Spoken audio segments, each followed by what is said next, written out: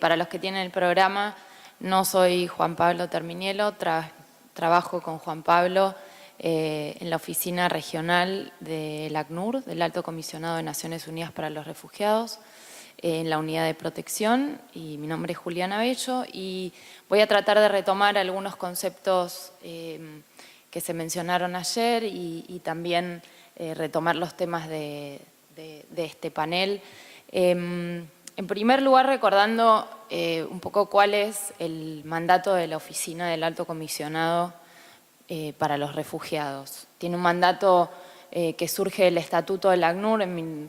creado en 1950, de brindar protección internacional y asistencia humanitaria originalmente a los refugiados, pero también su estatuto y su mandato ha ido evolucionando y hoy también trabaja con un número importante de desplazados internos bajo ciertas o determinadas circunstancias, y también tiene un mandato específico de protección y prevención de la apatridia.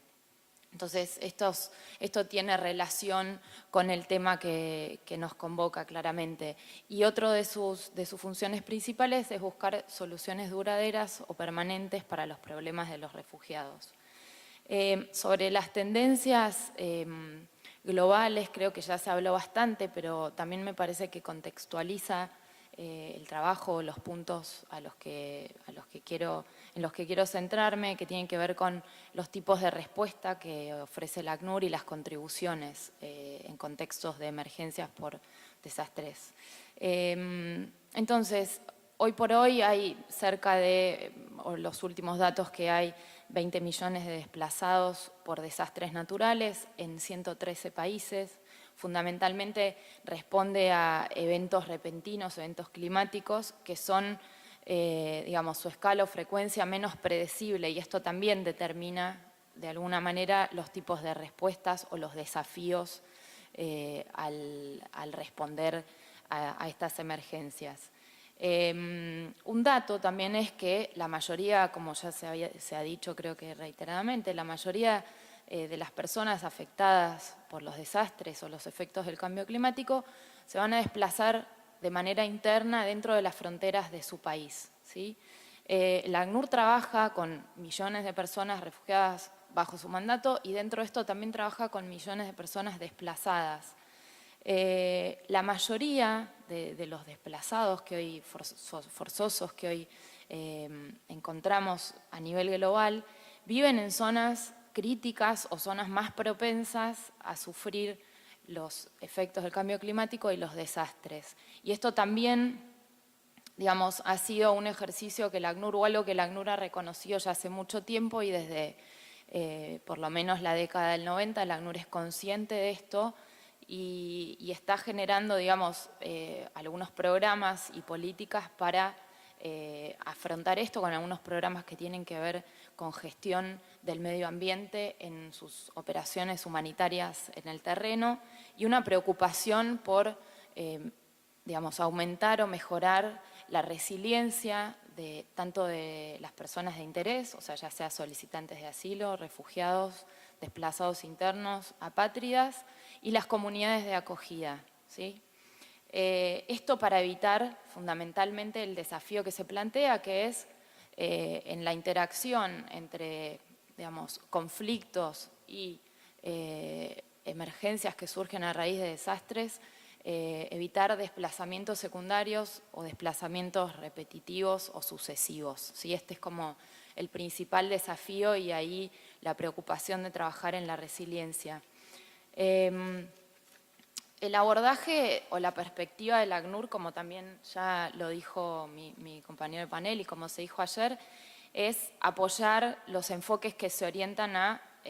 trabajar en la integración de prácticas efectivas de los estados dentro de los marcos legales existentes y en los contextos donde tanto los estados como organizaciones regionales o subregionales trabajan, y no, digamos, abogar por la creación de nuevas estructuras legales o reformas de estructuras vigentes como la Convención de 1951 sobre los refugiados. Y en este sentido la ACNUR ofrece o trabaja, digamos, en distintas líneas de acción.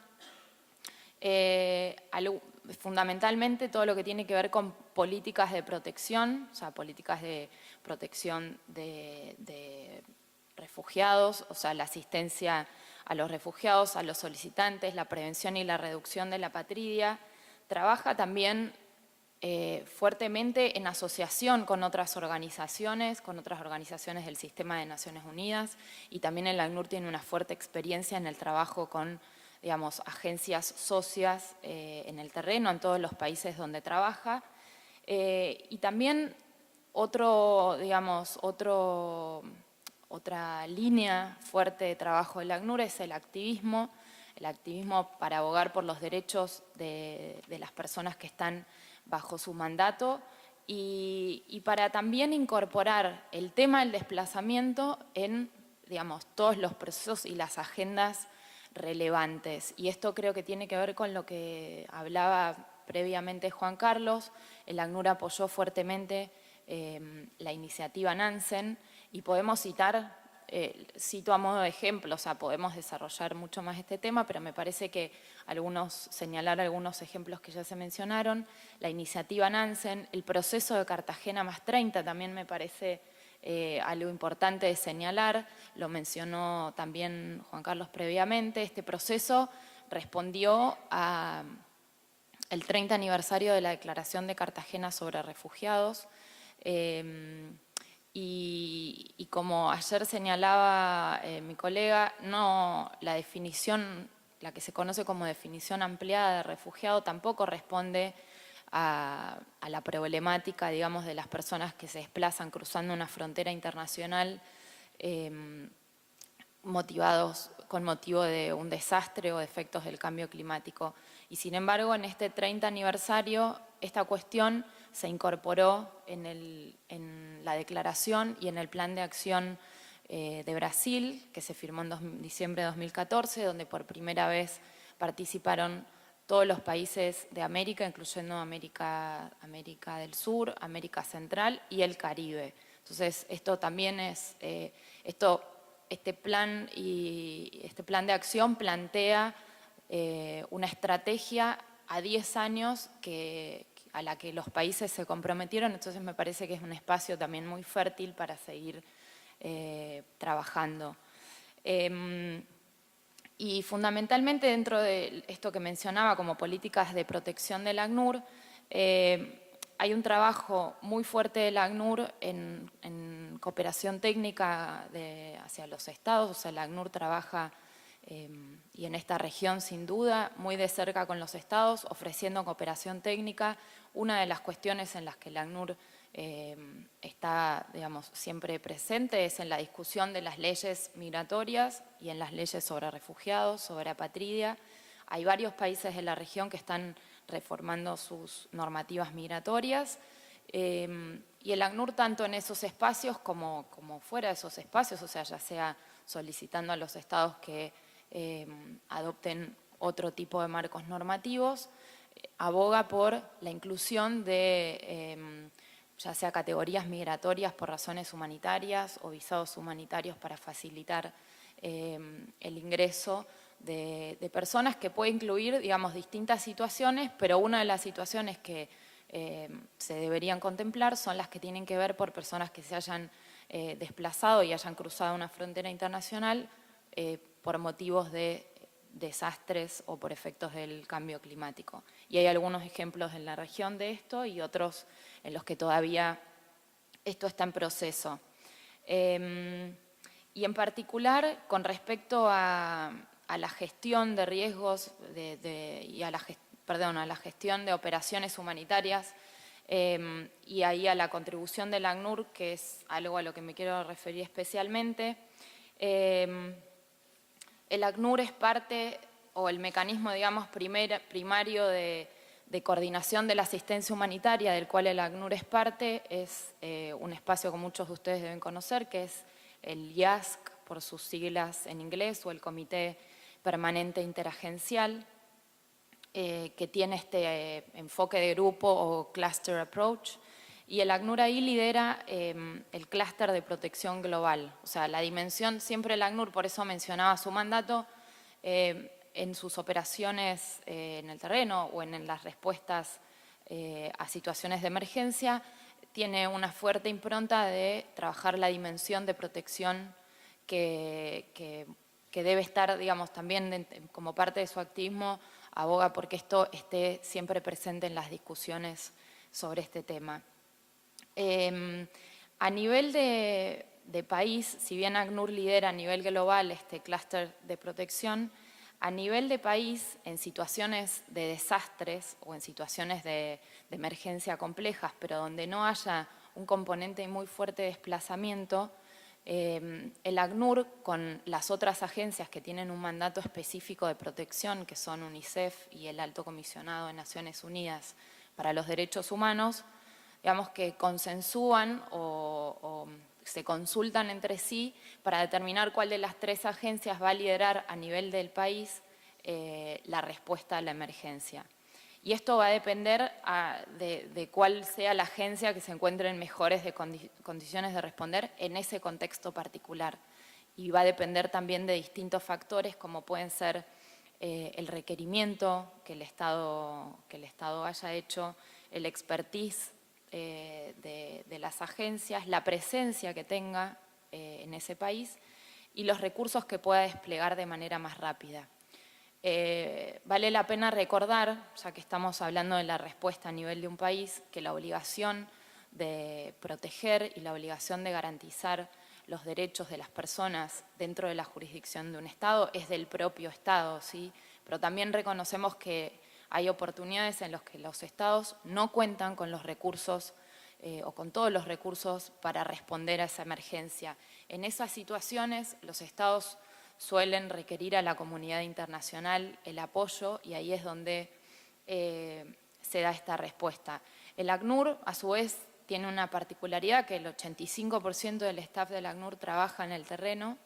entonces en muchas circunstancias el ACNUR mismo también ofrece sus recursos para mitigar la emergencia humanitaria y para fortalecer la respuesta. En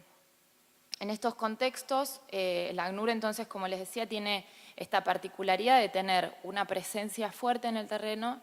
tiene presencia muchas veces en lugares bastante remotos, a donde otras agencias por ahí no pueden acceder, o donde el Estado mismo tiene también dificultades o puede tener dificultades para acceder, y tiene también una localización estratégica de recursos para emergencias. Entonces,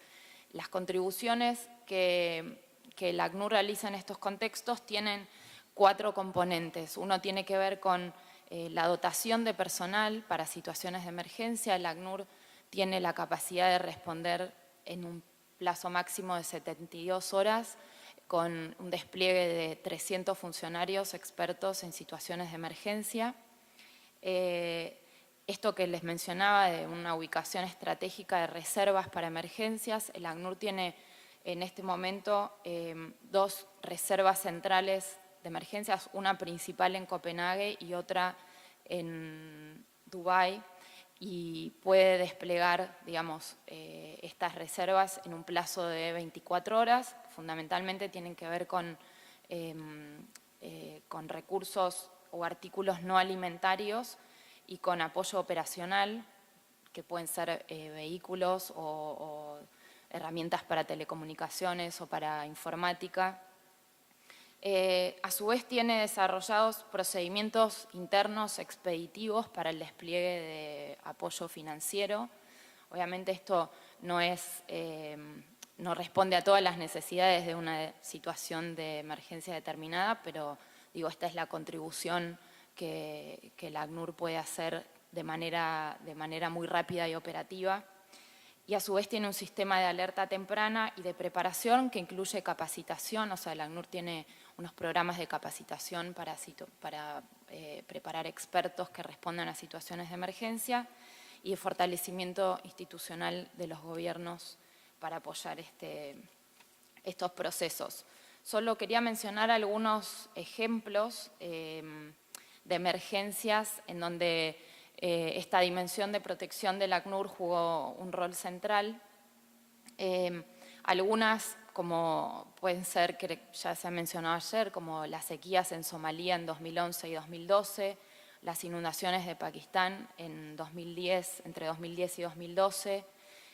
las tormentas e inundaciones en Myanmar en 2013 y también en Myanmar en 2015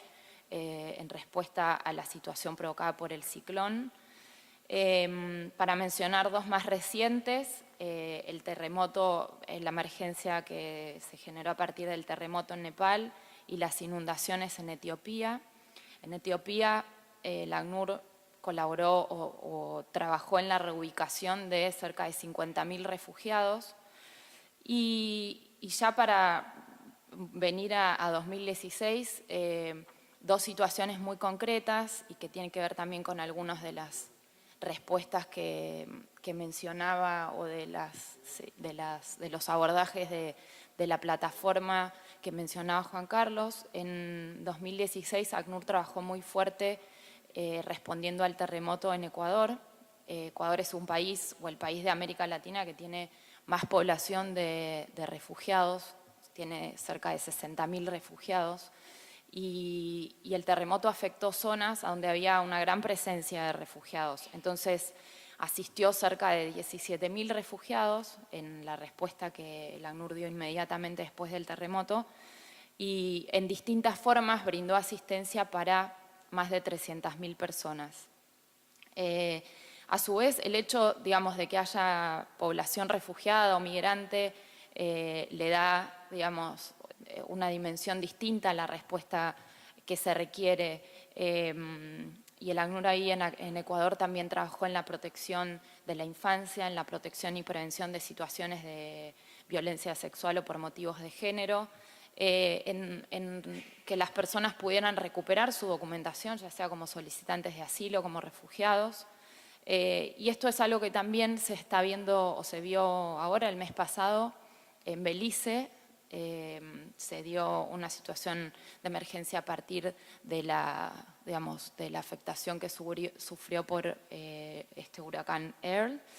Y en Belice y en otros países de Centroamérica se da la particularidad que hubo en los últimos años un aumento de la población de solicitantes de asilo y refugiados provenientes del Triángulo Norte de Centroamérica.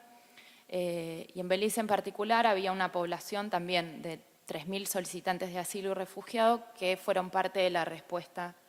a la emergencia. Bueno, no sé, ¿cómo estoy de tiempo? Bien. Creo que con esto concluyo y ya si hay después preguntas podemos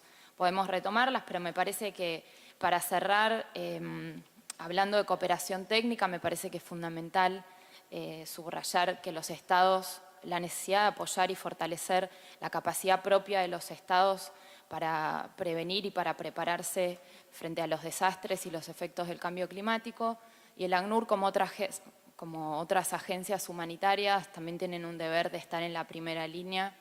y de dar respuestas, pero también es momento de no solo trabajar sobre las consecuencias o los efectos, sino también sobre las causas para realmente generar contextos que permitan que la migración sea una opción y se dé en condiciones de dignidad. Así que gracias.